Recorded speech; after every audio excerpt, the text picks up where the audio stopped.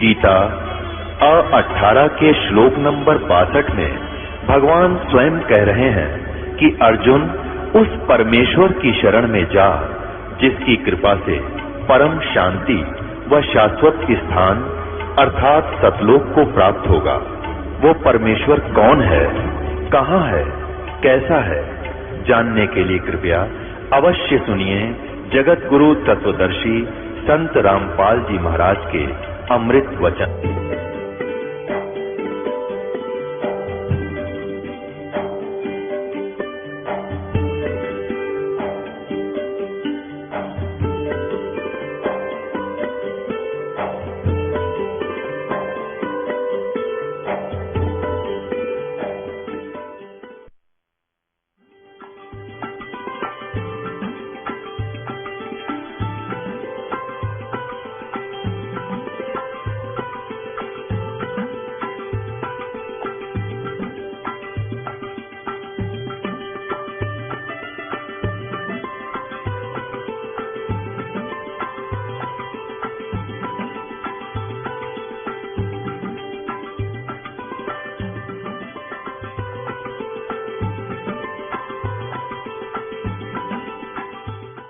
किसी ने बताया कि बनारस में एक कबीर नाम के महापुरुष रहते हैं, यदि वो कृपा कर दें तो सारा संकट दूर हो सकता है। और उसमें वीरदेव सिंह बघेल उनका शिष्य बन चुका था। काशी नरेश तो वीरदेव सिंह बघेल के पास बिजली का पटान का संदेश आ गया कि उस ऐसा कोई संत बताया है और उसको हमारे यहाँ भेज दे। तो उन सैनिकों से वीर सिंह ने कहा कि बिजली खां पठान को कहना कि संतों को ऐसे बाई ऑर्डर नहीं बुलाया करते, और बुला भी लिया और उन्हें कोई आपका अपना आशीर्वाद ना दिया तो फिर भी बात बिगड़ी रह जाएगी। स्वयं आवे और मत्था टेके से और प्रार्थना करे। मरता क्या नहीं करता। बिजली खां पठान वहां का नवाब मगर का वहां पर आया, परमात्मा से प्रार्थना की, परमात्मा चल पड़े। रास्ते में वहां एक सिद्ध बैठा था परमेश्वर ने, और वो था गोरखनाथ। परमात्मा जानते थे इनकी सारी जन्म हिस्ट्री। तो परमेश्वर ने कहा कि बिजली खां पठान तुम इतनी दूर आए, क्योंकि गोरखनाथ का वहां गोरखपुर है, वहां टीला है उनका। तो उसने सोची कि तेरे क्षेत्र में आकर कोई और महिमा दिखा गया तो तेरी लीला कम हो जाएगी, तेरी महिमा कम हो जाएगी। ये गोरखनाथ बहुत पहले हुआ है, लेकिन ये अब भी यहीं भटक रहे हैं। ये ऊपर के लोकों में देव पद प्राप्त है, ये फिर जब चाहे यहाँ आ जाते हैं वेश बदल कर। तो परमात्मा ने कहा कबीर जी ने बिजली खां पठान से कि राजन आप इतनी दूर गए 100-125 किलोमीटर यहाँ से, ये देखो महापुरुष बैठे हैं आपकी बनी में। वहीं पहुंच गया मगर के पास वो गोरखनाथ जी।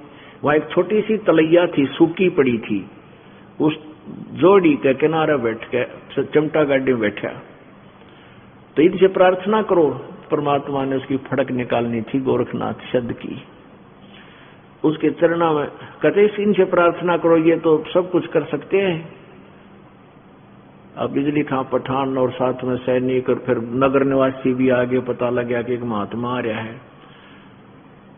तो बिजली खां पठान ने प्रार्थना की कि हे महात्मा जी हमारी समस्या का समाधान करो। गोरखनाथ जी खड़े हुए त्रिशूल निकाल लिया और तलैया के बीच में उस जोड़ी के बीच में जाकर त्रिशूल मार कर निकाल दिया और वहां से पानी की धारा निकल आई। कबीर जी कहने लगे ले जय हो नाथ जी की, जय हो गोरखनाथ की। अब वो नो देखे, तू तो पहचान लिया इसने, नो देखे। अब सब ने जय जयकार शुरू कर दी। फिर क्या हुआ कि वो तालाब, वो छोटी सी जोहड़ी थी तालाब जिसमें थोड़ा सा पानी आके वह भर गई और फिर बंद हो गया। अब कबीर जी कहने लगे देखो भाई कमाल कर दिया ना, ओहो देख किसी महापुरुष आपके यहाँ पर आगे हैं और देखो पानी कर दिया।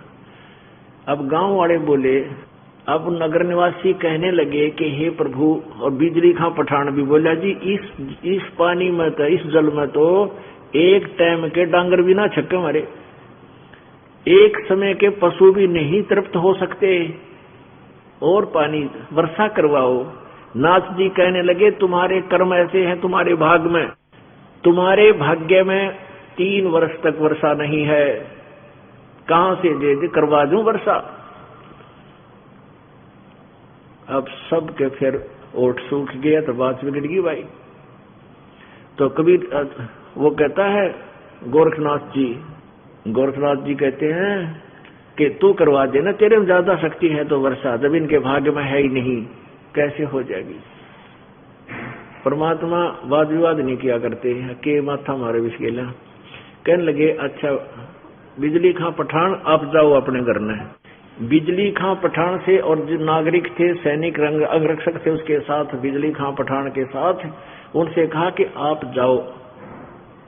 तो वो कैसे जाओ घर को। कहने लगे हे महाराज कुछ दया करो।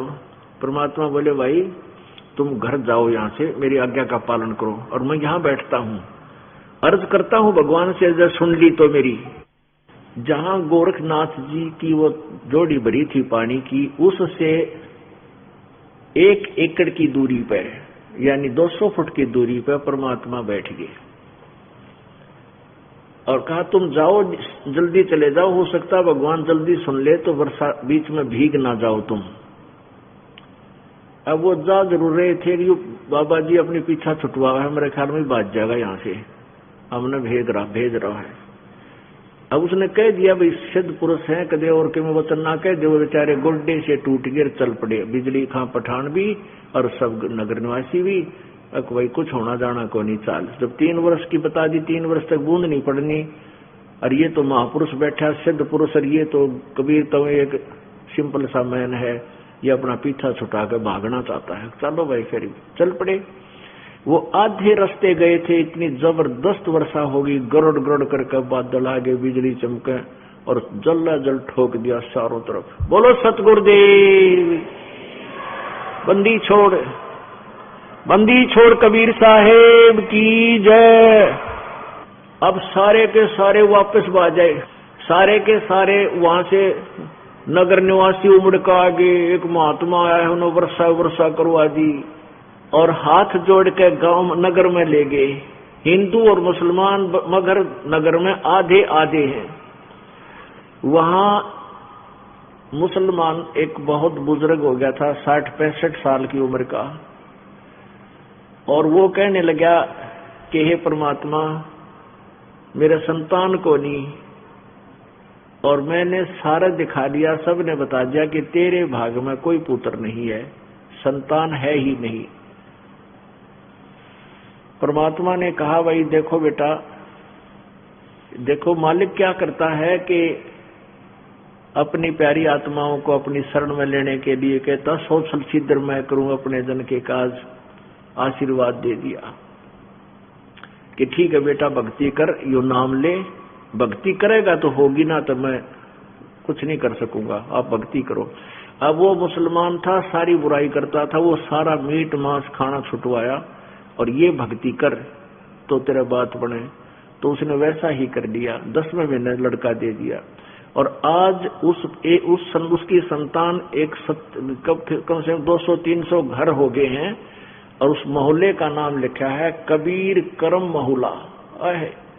करम माने कृपा, उर्दू में कर्म कहते कृपा को। कबीर जी की कृपा से बसा हुआ मोहल्ला, ये दास वहां देख कर आया था, पता कर आया था। तो अब जहां पर वो कबीर जी बैठकर परमात्मा लीला की थी, मैं भगवान से अर्ज करता हूं, तो मालिक थे, वहां भी एक स्थान बना रखा है यादगार। और जहां गोरखनाथ जी ने अपना धूना ला रखा था, बैठा था, वो भी यादगार वहां बनी हुई है, मगर मैं दास देख रहा था। तो कहते हैं मासा घटे न तिल बधे, विद ना लिखे जो लेखे, सच्चा सतगुरु मेट कर ऊपर मार दे मेख।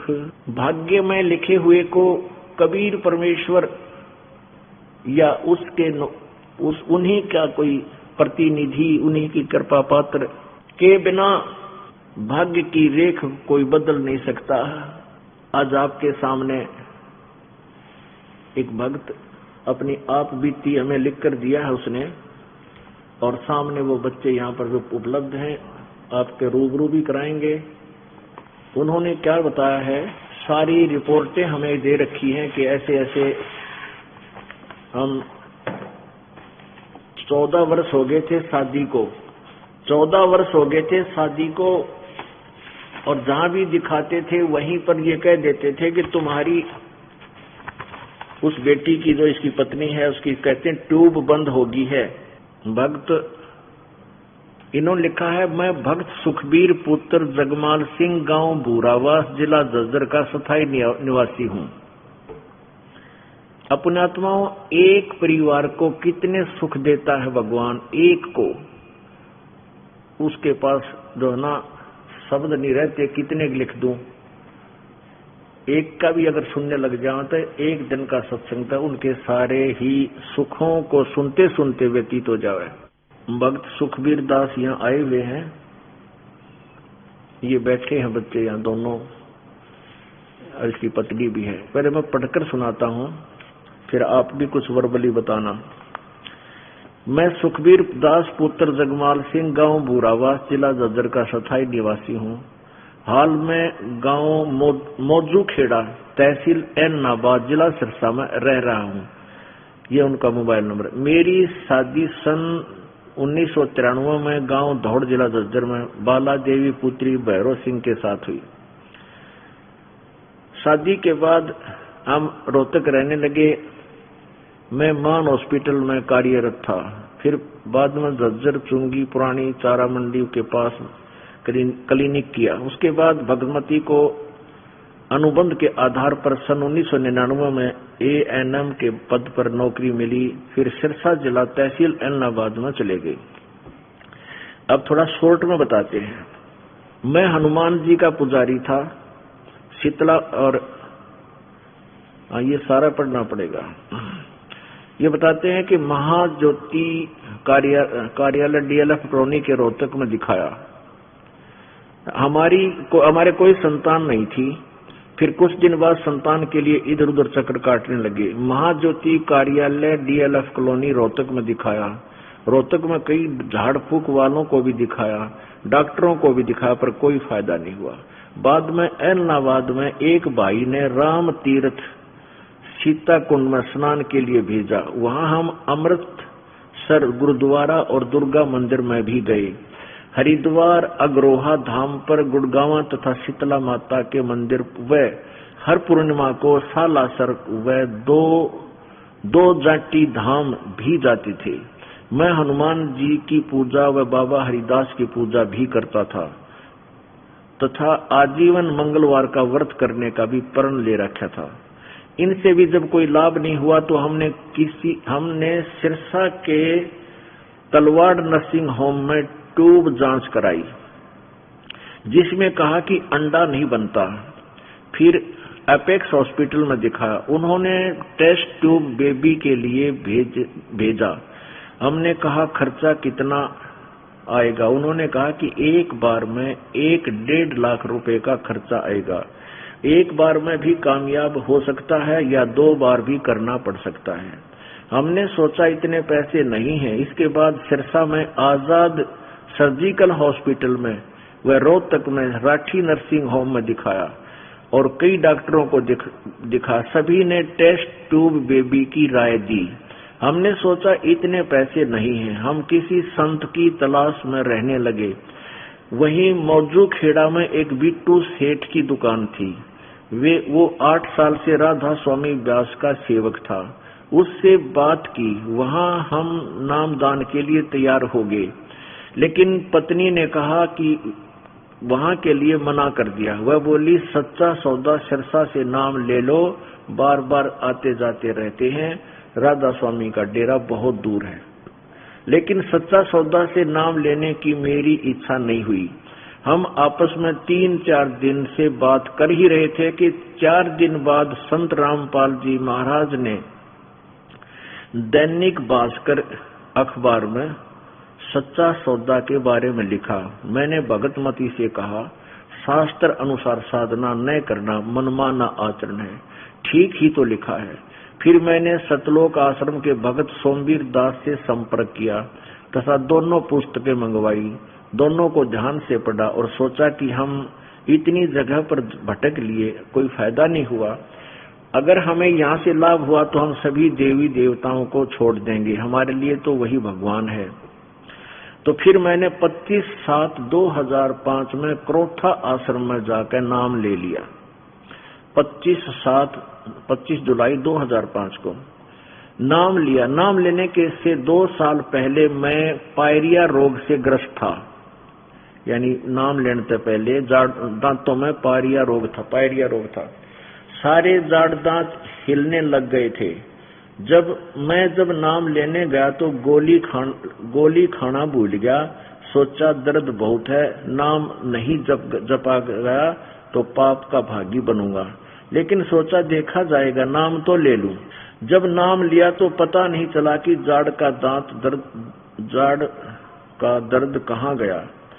ऐसा हो गया कि दर्द कभी था ही नहीं। फिर नाम लेने के बाद आश्रम क्रोथा में खाना खाया तो दर्द नहीं हुआ। दांतों को हाथ लगाकर देखा तो वो हिल रहे थे, लेकिन कम हिल रहे थे, और वो अब भी हिलते हैं, लेकिन तकलीफ नहीं।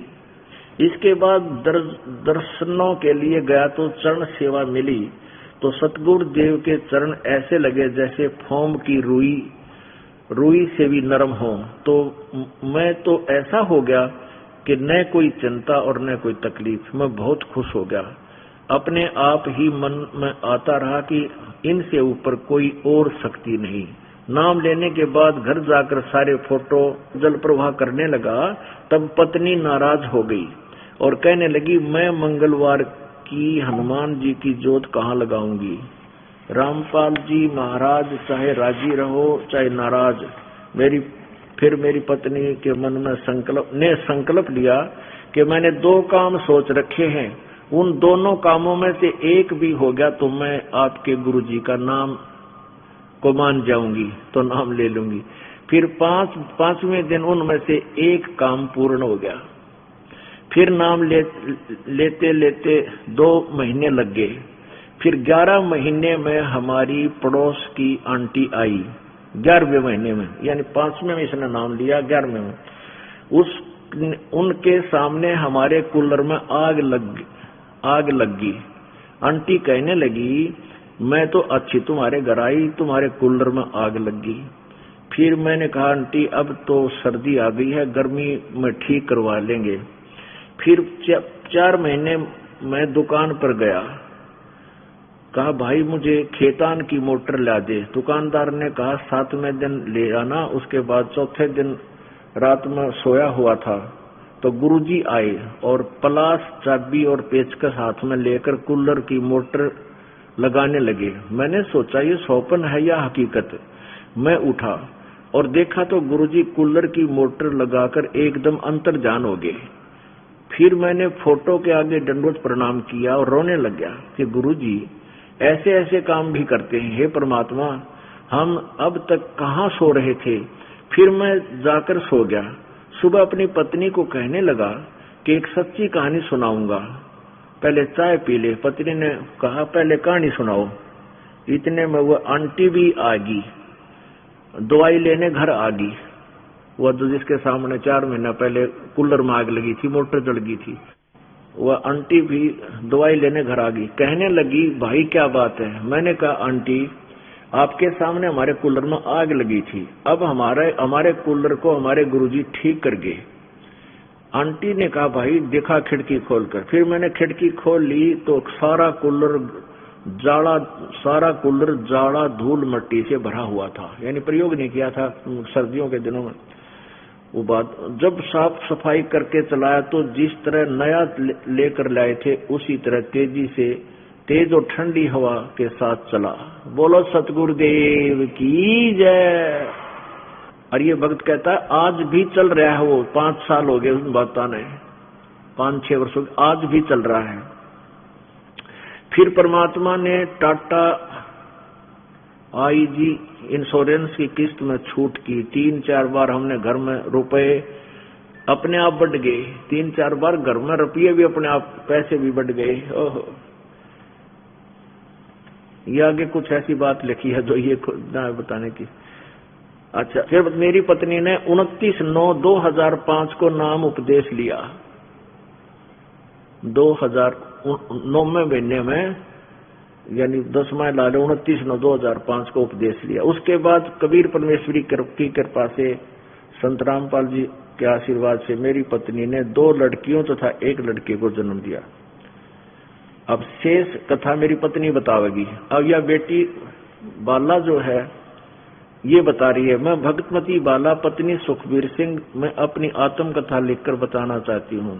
मैं सोमवार व शुक्रवार के व्रत करती थी। शादी के बाद भगत जी हनुमान जी की पूजा करते थे, मैं भी हनुमान जी की पूजा करने लगी। हमारी शादी को 14 साल हो गए थे, हमारे कोई संतान नहीं थी। डॉक्टरी जांच में ट्यूब बंद बताई थी, जो कि पहले भगत जी बता चुके हैं वो सारी कहानी। मैंने भगत जी के कहने से 29/9/2005 को संत रामपाल जी से नाम ले लिया। उसके बाद अगले महीने करोथा आश्रम में सत्संग में आई तो सब भगतमतियां कहने लगी कि आप सही जगह पर आ गई हैं, यहाँ से आपको लाभ होगा। मैंने सोचा डॉक्टरों ने ट्यूब बंद बता रखी है, कैसे फायदा होगा। लेकिन सतगुरु रामपाल जी महाराज से नाम उपदेश लेने के बाद परमात्मा कबीर जी ने अनहोनी को होनी किया कर दिखा। फिर नाम लेने के 2 महीने बाद एक दिन मैं सिमरन कर रही थी। सिमरन करते करते मुझे ऊपर से एक आत्मा आती दिखाई दी। फिर 7 हफ्ते बाद अल्ट्रासाउंड कराया तो बच्चा बताया। बोलो सतगुरुदेव की। अब ये क्या बताती है बहन के मेरे 6x6 सेंटीमीटर की पानी की रसोली बताई, बच्चा भी बताया और वो रसोली भी फिर 6x6 सेंटीमीटर की रसोली बताई। मैंने ये बात अपने स्टाफ में बताई तो एक लड़की ने कहा कि हमारे रिश्तेदार को छोटी सी अंगूर के दाने के बराबर रसोली थी, 9 महीने वह 4 पाई पर नहीं उठी और बहुत दर्द रहता था। और मैंने कहा मुझे तो कोई दर्द नहीं, मैं अपना काम सामान्य कर रही हूँ। फिर 1-1.5 महीने बाद अचानक दर्द शुरू हो गया। अब देखो परमात्मा की लीला, दर्द शुरू हो गया उस रसोड़ी में और मैंने पानी निकलने लगा। मैंने सोचा कि बच्चा अब नहीं बचेगा। भगत जी कहने लगे आप सिमरन करो, जिसने दिया है वो अपने आप बचाएगा। हमने किसी डॉक्टर को नहीं दिखाया। जो ही गुरुजी का दिया हुआ प्रसाद और चरणामृत लिया, दर्द कम हो गया।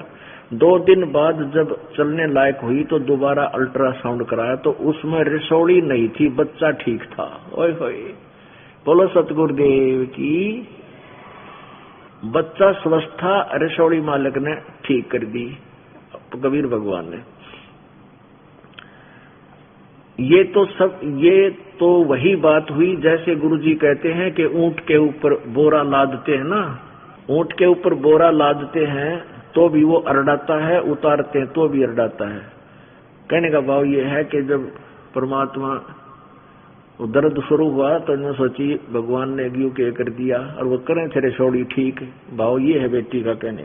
गुरुजी तो हमारा बोरा उतार रहे थे, फिर उसके बाद कोई तकलीफ नहीं। फिर 7 महीने के गर्भ को हमने एलनाबाद लेडी डॉक्टर से दिखाया, सोचा कि यहाँ डिलीवरी करानी है। एक बार चेक करवा लेते हैं, नहीं तो कहेगी कि एक बार भी चेक करानी नहीं आई, क्योंकि इसे डिलीवरी करानी है इसलिए चेक तक करवा लिया। नेता कहेगी तुम बीच में ना ये चेक कराना। तो उन्होंने अल्ट्रासाउंड किया उस लेडी डॉक्टर ने और कहने लगी बच्चा उल्टा है, बच्चा उल्टा है। फिर गुरुजी की चर्चा करने लगी कि आपके वही गुरुजी है ना जिनके बारे में कुछ लिखा था। ये बेटी कहती है कि हमने कहा कि डॉक्टर साहब आपने अखबार पढ़ा है, हम तो खुद जाते थे वहां, हमने ऐसा कुछ नहीं देखा। हम ये बातें कर ही रहे थे कि अल्ट्रासाउंड करते करते डॉक्टर 2 मिनट बाद कहने लगी अरे बालक तो सीधा हो गया, कैसे हो गया। बोलो सतगुरुदेव की। बंदी छोड़ कबीर साहेब की जय। बच्चा कैसे सीधा हो गया। मैं मन में सोच रही थी कि हमने पता है कैसे होगा, लेकिन उसकी समझ में नहीं आ रहा था। एक ही बार में उन्होंने उल्टा और सीधा दोनों की रिपोर्ट दे रखी है। ये इनके पास ये सारी रिपोर्ट रखी है, ये ढेर सारी देखो यहाँ पर। हे भगवान, ये सारी इतनी रिपोर्ट है, ये इतनी देश भर की ये सारी रिपोर्ट हैं। इनके अंदर इन्होंने सब कुछ लिखा हुआ है, सारे अल्ट्रासाउंड वगैरह करा के ये सारा कुछ इसके अंदर दिया हुआ है। अब इतना समय नहीं कि हम सारी आपको दिखाएं, ये भक्त आपके सामने रूबरू कराएंगे इनको भी। ये सारे अल्ट्रासाउंड एक्सरे वैक्सरे इन बच्चों ने सारे ले रखे अपने, ये सारे आपके पास है, एक नहीं ये कहते हैं एक ही समय में 2 रिपोर्ट दे रखी है। पहले तेने को उल्टा हो गया, तुरंत जिक्र कर ही रही थी कि वो है कि तुम्हारा गुरुजी जिसके बारे में क्रोथा कांड के बारे में ये आया और ये लिखा, और इतने में दोबारा चेक किया, बोले तो बच्चा ठीक हो गया। हम ये बातें कर ही रहे थे कि अल्ट्रासाउंड करते करते डॉक्टर 2 मिनट बाद कहने लगी, अरे बाला ये तो सीधा हो गया, कैसे हो गया? मैं मन में सोच रही थी कि मुझे पता है कैसा हो गया, लेकिन उनकी समझ में नहीं आ रहा था। एक ही बार में उन्होंने उल्टा और सीधा दोनों की रिपोर्ट दे रखी है, जो यहां पर ये विद्यमान है। फिर 4/9/2006 को लड़की होगी, यानी 10-11 महीने बाद 11 महीने के बाद लड़की होगी। पहले वही डॉक्टर बच्चे को कमजोर बता रही थी, फिर बच्चा बढ़ा नहीं, लेकिन इसका वजन 2.5 किलो हुआ, बिल्कुल स्वस्थ था। उसके बाद लड़की बिल्कुल स्वस्थ थी। उसके बाद बड़ी लड़की 6 महीने की होगी, इसका नाम भी रखवाया। 2 महीने से दस्त थे, कोई दवाई काम नहीं कर रही थी। संत रामपाल जी महाराज उस समय झूठे केस में रोहतक जेल में बंद थे। तब भक्त महेंद्र जी से प्रार्थना की। भक्त महेंद्र जी ने मुलाकात के समय जेल में गुरुजी से नाम रखने की प्रार्थना की। गुरुजी ने इसका नाम चेतना रखा। उसके बाद वह बिना दवाई के अपे स्वस्थ होगी, नाम रखते ही। फिर जैसे ही गुरुजी कहते हैं कि तुम संतान मांगोगे तो परमात्मा एक नहीं आपको 2 देंगे। 23/5/2008 को दूसरी लड़की होगी, जिसका नाम गुरुजी ने करिश्मा रखा। फिर आस पड़ोस के रिश्तेदार कहने लगे, आपके गुरुजी ने क्या दिया तुमको, 2 लड़कियां दे दी, ऐसे थे तो लड़का देते। ये टोंट कसन लागे, इंजेक्शन लान लागे, इनके काल है ना, ये सोचा डगमग कर दूं। तो क्या कहते हैं, हमने कहा कि हम लड़के और लड़की में फर्क नहीं मानते, हमारी समझ में आ गया है। जैसे कबीर साहब कहते हैं, एक लेवा एक देवा दूतम, कोई किसी का पिता नहीं पूतम, ऋण संबंध जुड़ा एक ठाठा, अंश में सब 12 बाटा। लेकिन परमात्मा ने वह कमी भी पूरी कर दी। कबीर साहब की जयंती पर 6/6/2009 को यहाँ बरवाड़ा सत्संग में आई हुई थी। यहाँ पर फिर एक आत्मा आती दिखाई दी। 10/3/2010 को, अभी इसी 2010 मार्च में परमात्मा ने इनको लड़का भी दे दिया, वह कसर भी काट दी, दुनिया का मुंह बंद कर दिया। बोलो सतगुरुदेव की जय हो, बंदी छोड़ कबीर साहेब की जय हो। पहले इन भक्तों से रूबरू कराएं। आपके सामने ये दोनों बच्चे बैठे हैं, भक्त सुखबीर और बाला बेटी, एक बार खड़े हों। और तीनों बच्चे इनके पास हैं, और आप भी 2 शब्द अपने बताएं। हाँ, आप भी बताओ कुछ अपना अनुभव।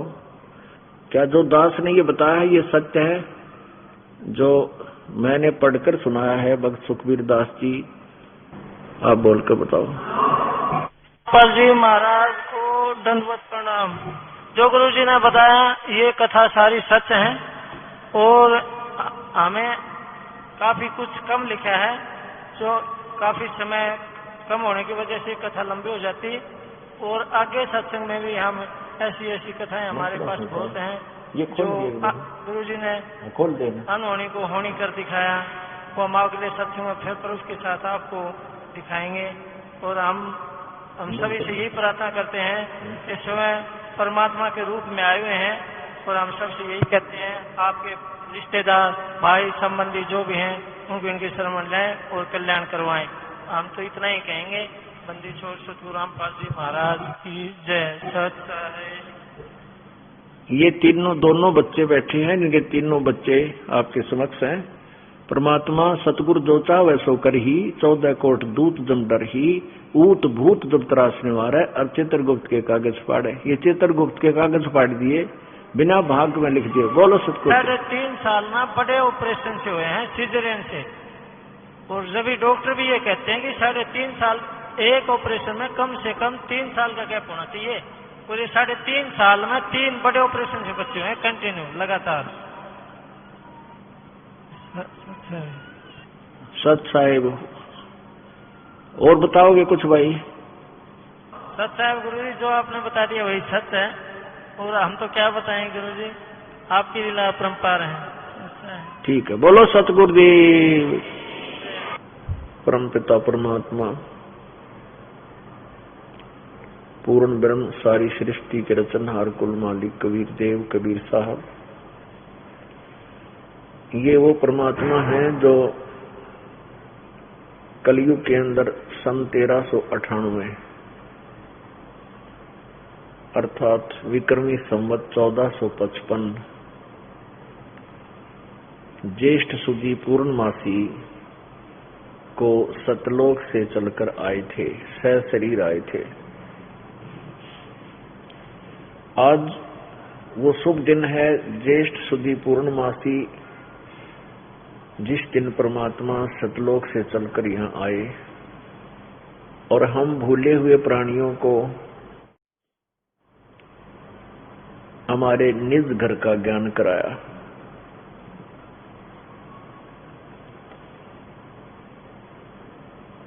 परमेश्वर कबीर जी ने अपने द्वारा रची हुई सृष्टि को स्वयं ही आकर के बताया।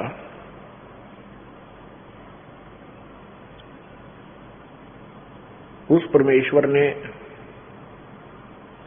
अपनी प्यारी आत्मा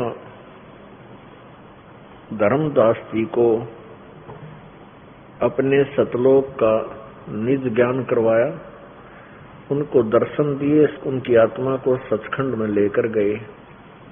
तब धर्मदास जी को विश्वास हुआ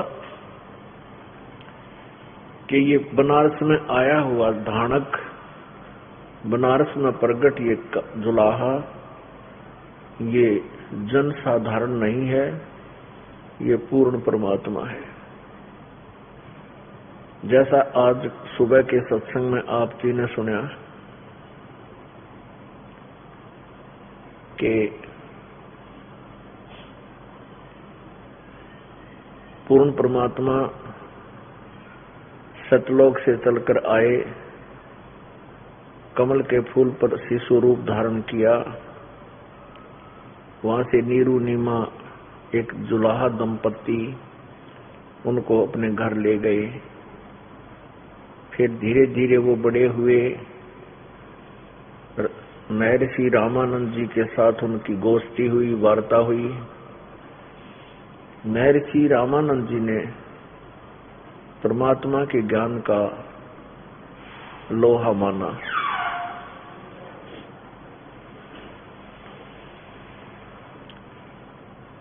और महर्षि रामानंद जी को सचखंड लेकर गए, सतलोक लेकर गए। वहां परमेश्वर को, कबीर जी को सर्व ब्रह्मांडों के रतनहार कुल मालिक के सिंहासन पर देखकर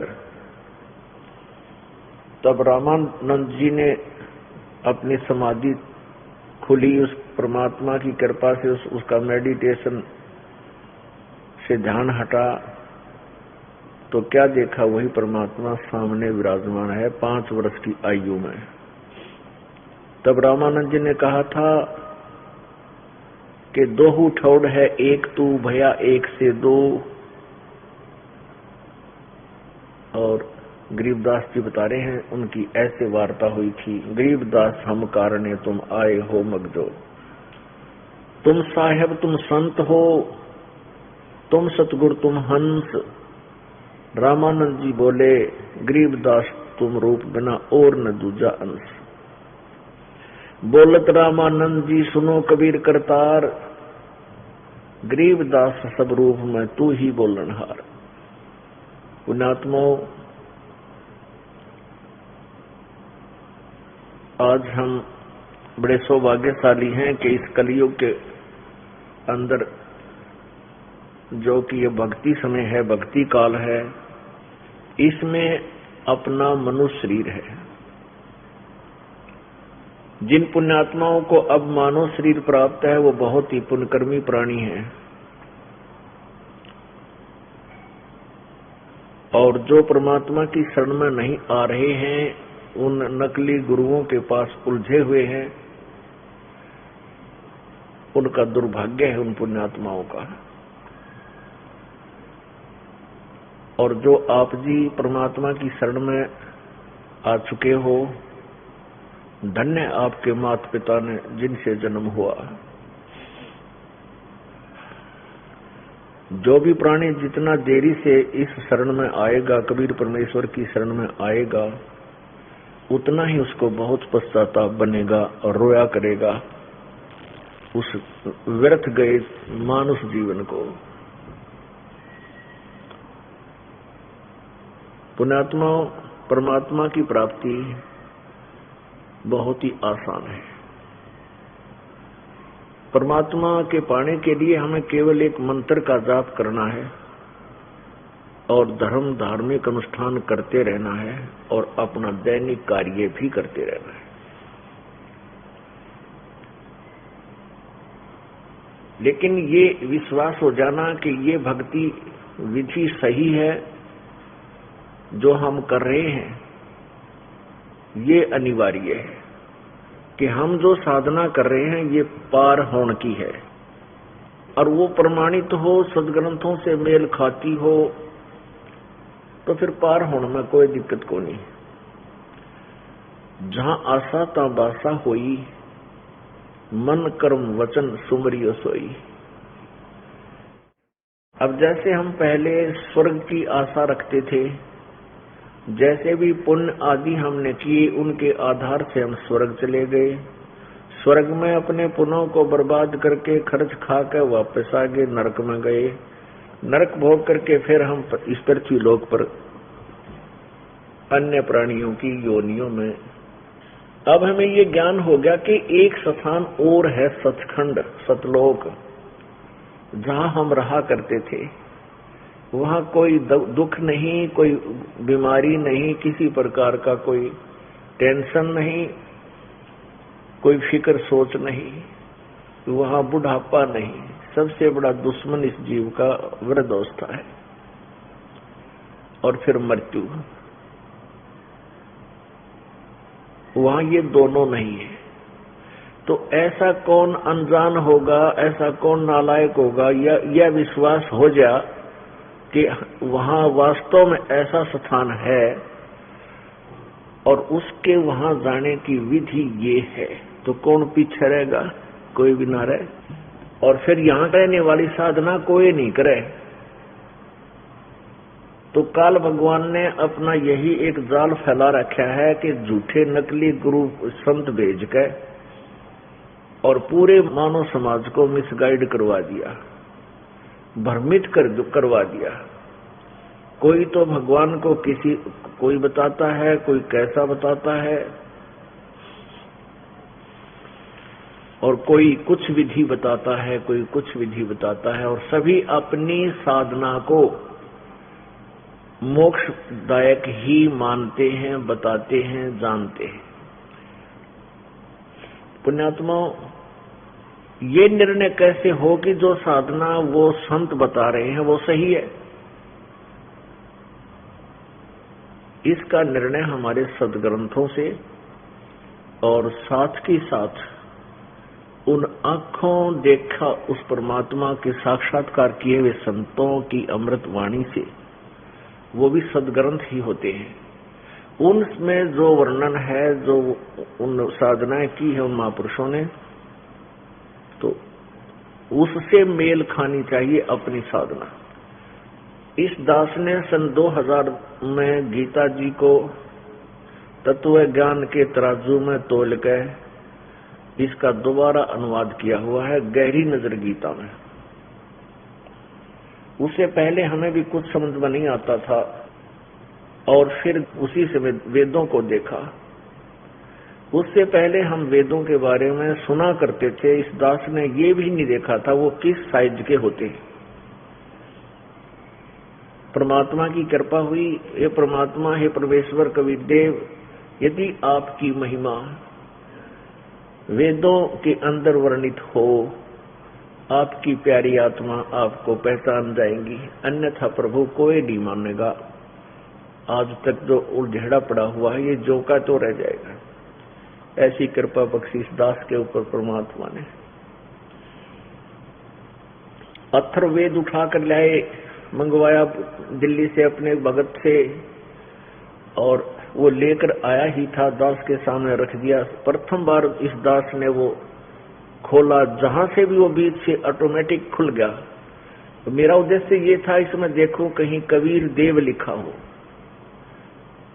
तो अथर्ववेद कांड नंबर 4 अनुवाक नंबर 1 के मंत्र नंबर 7 में, ओए होए,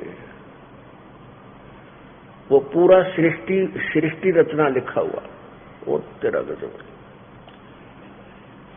उसमें 7 श्लोक हैं, उसमें सारी सृष्टि रचना का वर्णन। और कबीर साहब, कबीर देव वो परमात्मा है जिन्हें सारी सृष्टि की रचना की। ऐसे परमात्मा कबीर जी ने अपनी ही रजा से इस दास को इतने मोटे मोटे ग्रंथों में से वो निष्कर्ष हुआ करीम निकाल दी जो हमें आवश्यक थी। फिर दास को प्रेरणा हुई कि यजुर्वेद को देखूं। सबसे पहले देखा 5वें अध्याय का प्रथम श्लोक और 32 नंबर श्लोक। 32 नंबर श्लोक में स्पष्ट लिखा हुआ है, कबीर अंगारियसी बम्भारियसी अवसुरसी और शवर ज्योति रित धामासी।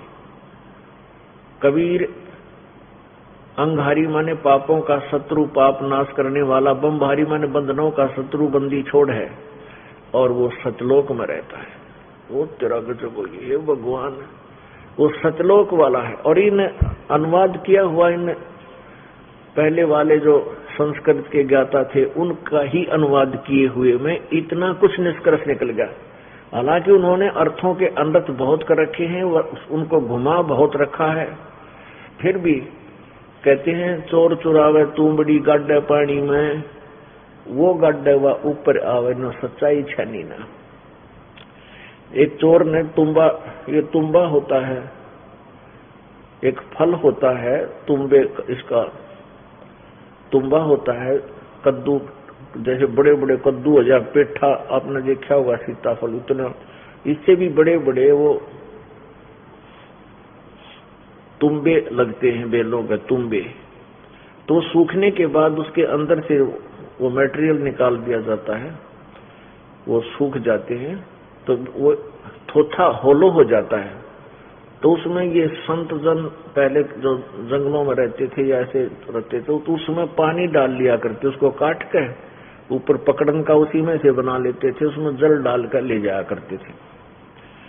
तो उस थोथे तुम्बे को किसी ने चुरा लिया और पानी में छुपाने लग गया। वो नीचे दबा के आवे और तुम्बा तुरंत ऊपर आकर तैर जावे, वो छुपा नहीं उससे। तो इन अज्ञानी ऋषि महर्षि कहलाने वालों ने, नकलियों ने सदग्रंथों के अर्थों को घुमाने की बहुत चेष्टा की, लेकिन फिर भी सच्चाई को वो छुपा नहीं सके। ये यजुर्वेद आदि में बहुत ही कुछ निर्णय है। फिर दास ने देखा 40वां अध्याय अंतिम अध्याय है, क्योंकि प्रत्येक सदग्रंथ के लास्ट में निष्कर्ष होता है। तो 40 यजुर्वेद के 40वें अध्याय का जब देखा उसमें 17 श्लोक हैं, और 17 श्लोकों में 30 इस ब्रह्म और पूर्ण परमात्मा के विषय में जानकारी है। इसकी साधना करता उसको ये फल मिलता है, और उस परमेश्वर की कोई अन्य जो तत्वदर्शी संत से उपदेश प्राप्त करके, ज्ञान ग्रहण करके जो साधना करता है, उस परमात्मा को प्राप्त हो जाता है। और यही समर्थन गीता जी ने बताया है। इस दास की खुशी का ठिकाना नहीं रहा कि हे परमात्मा, अब तेरे बच्चे आपको अवश्य पहचानेंगे, नहीं तो काल ने ऐसा जुल्म करवा रखा है, किसी को भी सच्चाई नहीं बता रखी। ब्रह्मा विष्णु महेश को भी कैक है का पता नहीं, अध्यात्म ज्ञान का।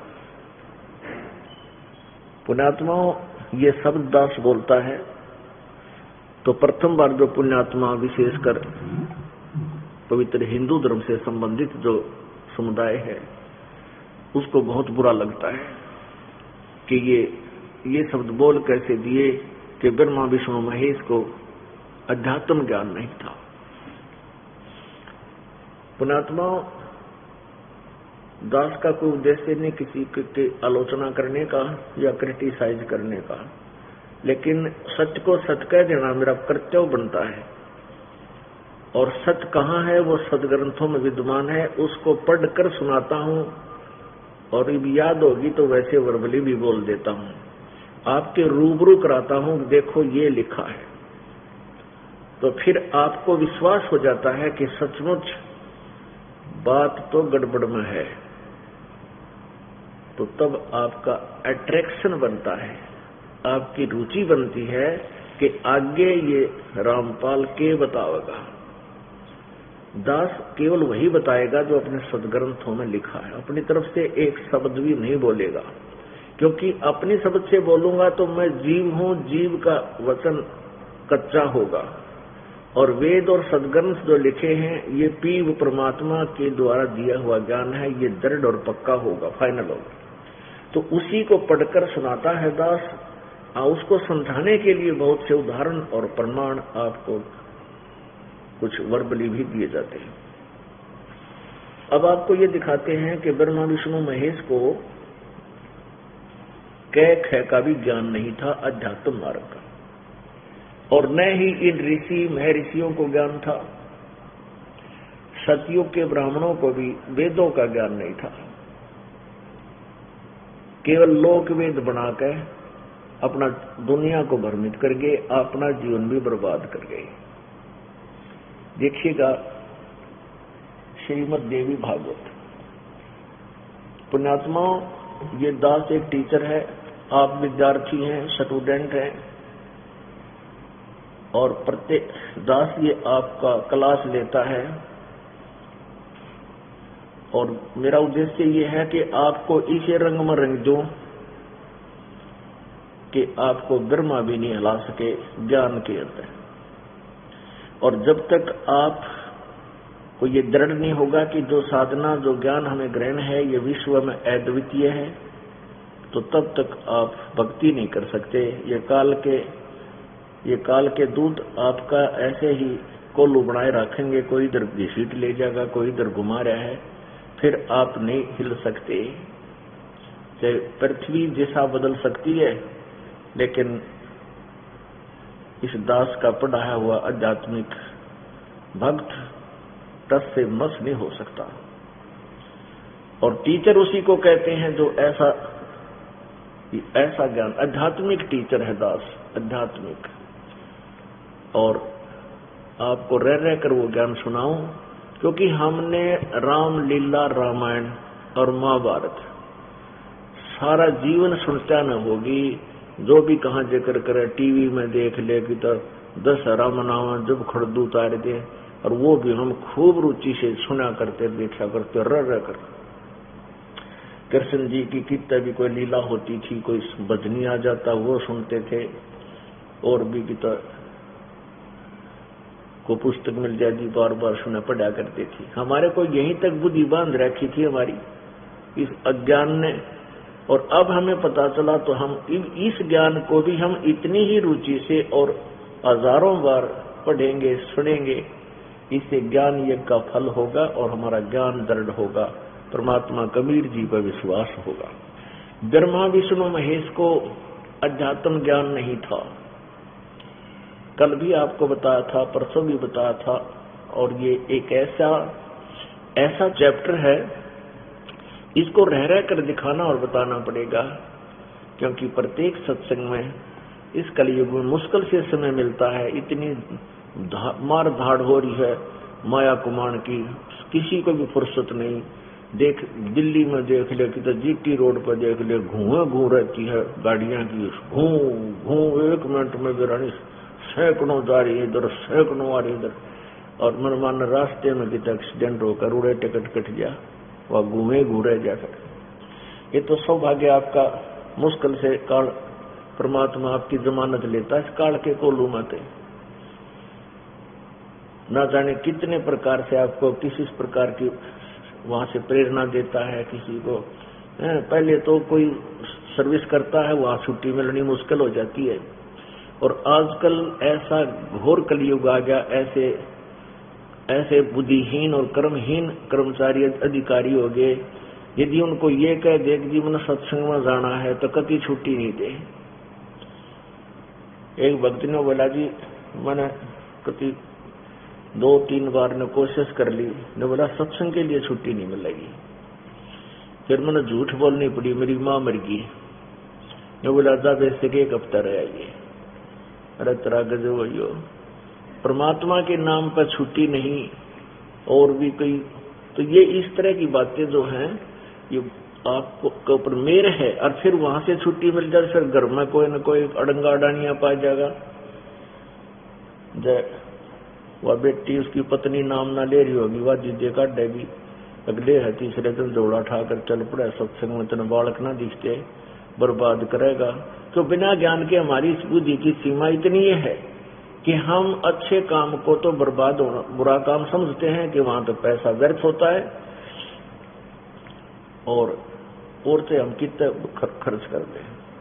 तो ये कृपा आपके ऊपर परमात्मा की, आप यहाँ आ रहे हो, और आपके यहाँ आए हुए पुण्यात्माओं को दास का फर्ज है कि उनको ये नए इतिहास पढ़ाऊं ताकि प्रत्येक आत्मा को दृढ़ विश्वास हो। अब देखिएगा श्रीमद् देवी भागवत सचित्र मोटा टाइप, केवल हिंदी, गीता प्रेस गोरखपुर से प्रकाशित।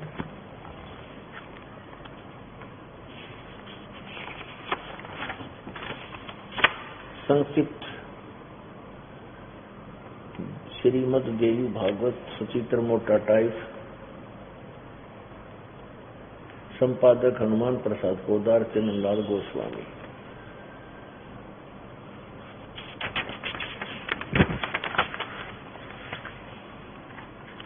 ये कहां से प्रकाशित है? प्रकाशक व मुद्रक है गीता प्रेस गोरखपुर, गोविंद भवन कोलकाता का संस्थान। अब इसके 28 पृष्ठ पे ये पहला सकंद,